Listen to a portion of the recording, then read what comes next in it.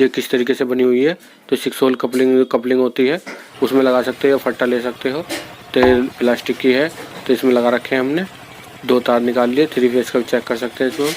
ये देखें कितने एम्पेयर ले रहा है, 10, 11, 12, 15, 18, 14। तो देखें जितना से नीचे दबाते रहेंगे उतना ही ये हमारा लोड इस पर बढ़ता रहेगा। वाटर लोडिंग मतलब 2 तार आपस में शॉर्ट होते हैं पर सीरीज में होते हैं एक तरह से, तो ये हैवी लोड होता है। और जो इंडक्शन लोड होता है, दूसरा लोड होता है, उससे ज़्यादा होता है, ठीक है ना। तो देखिए अब हमने और नमक मिला दिया इसमें, क्योंकि कम एम्पेयर ले रहा था, थोड़ा सा और ज़्यादा लेंगे। देखें कितने एम्पेयर ले रहा है, 13।